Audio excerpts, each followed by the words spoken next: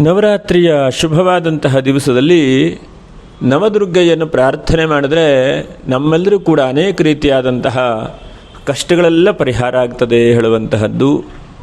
ನೋಡಿ, ಚಂಡಿಕಾ ಪಾರಾಯಣೆಯಲ್ಲಿ ಒಂದು ಶ್ಲೋಕ ಬರುತ್ತದೆ, ಶ್ರುತಂ ಹರತಿ ಪಾಪಾನಿ ತಥಾರೋಗ್ಯಂ ಪ್ರಯಚ್ಛತಿ ಎಂಬಂತಹ ಶ್ಲೋಕಗಳು ಬರುತ್ತೆ.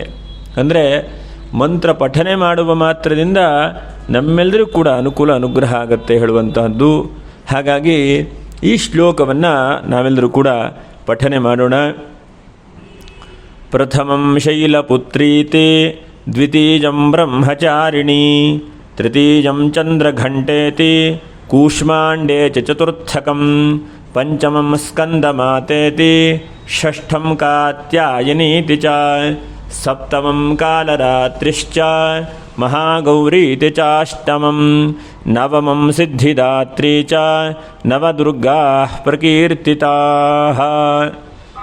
ಇದು ನವದುರ್ಗೆಯರ ವಿಶೇಷವಾದಂತಹ ಶ್ಲೋಕ.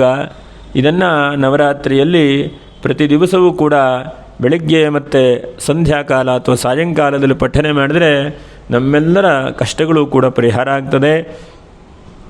ದೈವಾನುಗ್ರಹವಾಗಲಿ. ನಮಸ್ಕಾರ.